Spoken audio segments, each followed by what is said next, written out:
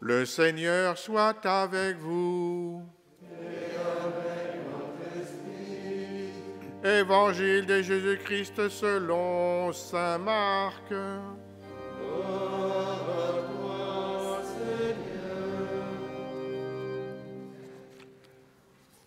En ce temps-là, un scribe s'avança vers Jésus pour lui demander « Quel est le premier de tous les commandements ?» Jésus lui dit cette réponse « Voici le premier. Écoute Israël, le Seigneur notre Dieu est l'unique Seigneur. Tu aimeras le Seigneur ton Dieu de tout ton cœur, de toute ton âme, de tout ton esprit et de toute ta force. Et voici le second. Tu aimeras ton prochain comme toi-même. Il n'y a pas de commandement plus grand que cela. » Le scribe reprit, « Fort bien, maître, tu as dit vrai. Dieu est l'unique, et il n'y en a pas d'autre que lui. L'aimer de tout son cœur, de toute son intelligence, de toute sa force, et aimer son prochain comme soi-même, vaut mieux que toute offrande d'holocauste et de sacrifice. » Jésus, voyant qu'il avait fait une remarque judicieuse, lui dit « Tu n'es pas loin du royaume de Dieu. » Et personne n'osait plus l'interroger. Acclamons la parole de Dieu. Louange à toi, Seigneur Jésus.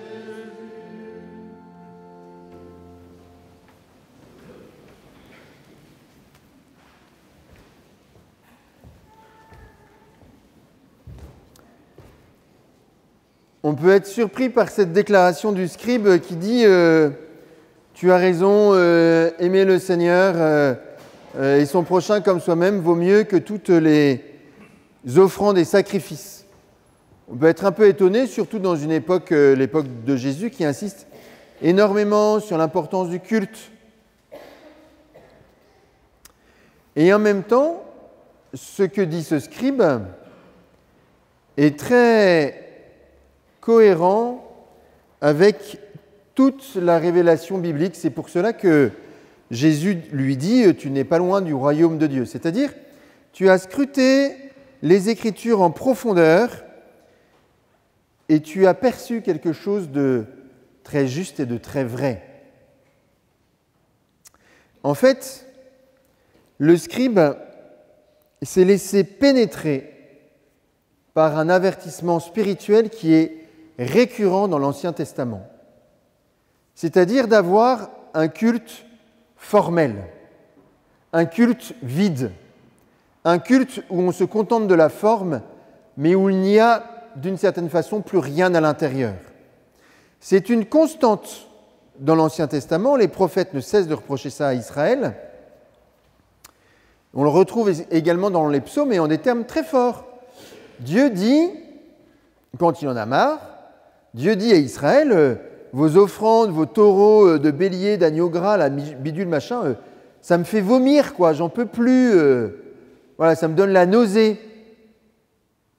Ce que je veux, moi, c'est que vous m'offriez, ce n'est pas moins fort, hein, je vous préviens, c'est que vous m'offriez un cœur brisé et un esprit broyé. Un cœur brisé et un esprit broyé. Toute la question, c'est quoi ce cœur brisé et cet esprit broyé? Est-ce qu'il faut qu'on se flagelle avant de rentrer à la messe? Est-ce qu'il faut que...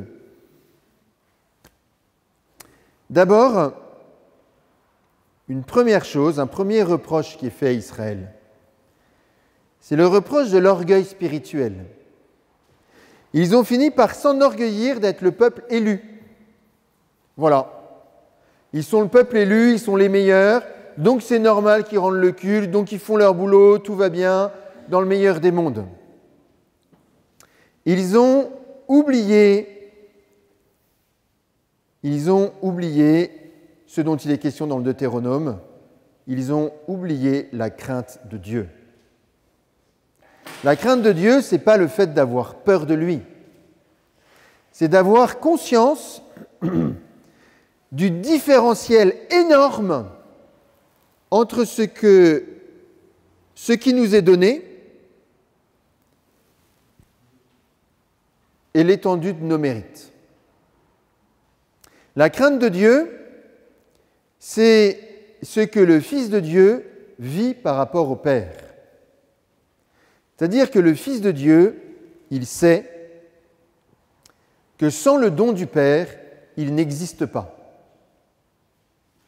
Sans le don du Père, il n'existe pas. Simplement. Il n'existe que parce que le Père lui donne ce qu'il est. C'est tout.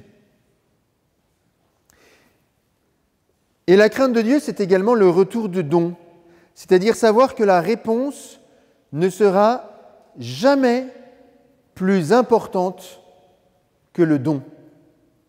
Le Fils de Dieu, il répond au don du Père en l'aimant à son tour, de manière pleine, parfaite, absolue, etc., tout ce qu'on voudra. Mais ce don-là, il ne peut pas être plus grand que le don qu'il a reçu du Père. C'est pas possible. C'est pas possible. Et donc la crainte de Dieu, elle se nourrit de ces deux mouvements-là. Si Dieu ne nous aimait pas, nous n'existerions même pas. Même pas. Terminé. Si Dieu arrête de nous aimer, nous disparaissons. Nous n'avons aucun mérite au fait que Dieu nous donne d'exister. Et toutes les réponses que nous pourrons apporter, en particulier ici-bas, seront de toute façon, mais ridiculement microscopiques par rapport aux dons que nous recevons. Et la crainte de Dieu, elle ouvre considérablement à une véritable action de grâce. C'est-à-dire que je ne suis pas en train de dire « Merci Seigneur, je suis le meilleur ». C'est pas ça. Merci Seigneur de me donner d'être alors que je ne mérite rien. Merci Seigneur de continuer à me donner d'être alors que je n'arrive pas à répondre. Alors que ma réponse est si petite, si microscopique, si ridicule par rapport à ce que tu me donnes. Et pourtant, le peu que nous pouvons mettre dans notre réponse est aussi important que le fait de craindre Dieu, que le fait de l'aimer. C'est aussi important. C'est ce que dit Jésus dans l'Évangile. Jésus, quand il dit le plus grand commandement, c'est « Tu aimeras le Seigneur ton Dieu de tout ton cœur, etc. » et ton prochain comme toi-même, il dit deux choses. Il dit les deux commandements sont aussi importants l'un que l'autre, mais le premier, l'amour de Dieu, est la source du deuxième. Et il est celui qui va permettre de répondre au deuxième. C'est ce que Jésus nous a appris. Le Fils de Dieu, en s'incarnant, il nous fait découvrir qu'effectivement, l'amour du frère et l'amour de soi-même est aussi important que l'amour de Dieu, aussi petit que ce soit par rapport à l'amour de Dieu, et c'est ce qui nous permet de répondre à cet amour. C'est ce qui nous permet d'avoir une offrande consistante, réelle, pleine.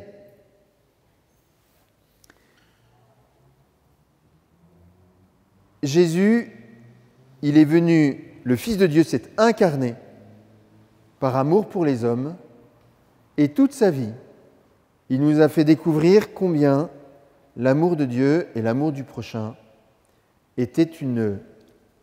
devaient habiter notre relation à Dieu, devaient habiter notre offrande à Dieu.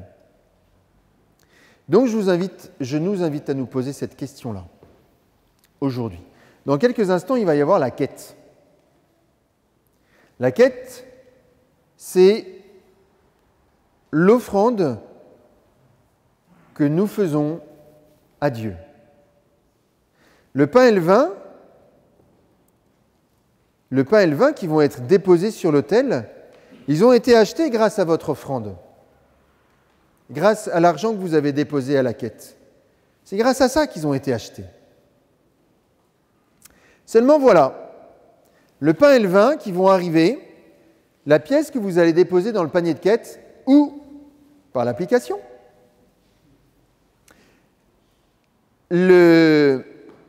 Vous pouvez donner ça comme ça. Vous pouvez regarder le pain et le vin, remonter la nef, être déposé sur l'autel en comptant les mouches. Ça veut dire que nous offrons une offrande vide. Ça veut dire que le pain et le vin vont être une offrande qui va dégoûter le Seigneur. À l'inverse, nous pouvons nous demander ce que nous allons offrir. Qu'est-ce que nous allons mettre dans ce pain et ce vin ? Quel regard, quel visage, quelle personne, quel acte, bon ou mauvais, quelle émotion, bonne ou mauvaise, quelle joie, quelle tristesse, quelle honte peut-être. Qu'est-ce que nous allons mettre dans ce panier de quête et dans ce pain et ce vin ? Qu'est-ce que nous allons mettre ? Est-ce que nous allons oser déposer dans ce pain et ce vin un cœur brisé, un esprit broyé, parce que conscient que ce que nous y déposons est tellement tout petit par rapport à ce que nous recevons.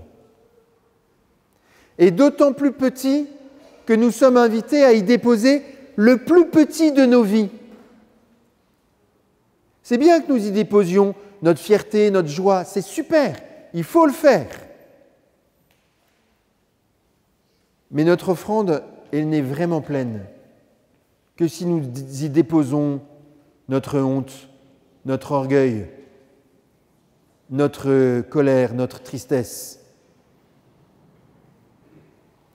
Alors, dans le temps de silence qui va suivre l'homélie, je nous invite à prendre le temps de repasser notre semaine en revue et d'y repérer ces joies et ces tristesses, ces moments de fierté et ces moments de honte que nous allons déposer dans le panier de quête dont nous allons remplir le pain et le vin, afin que notre offrande s'élève vers le Seigneur, que cette offrande soit pleinement accueillie parce que pleinement habitée par ce que nous vivons, parce que pleinement habitée par notre amour du prochain, notre amour de nous-mêmes qui incarne notre amour du Seigneur.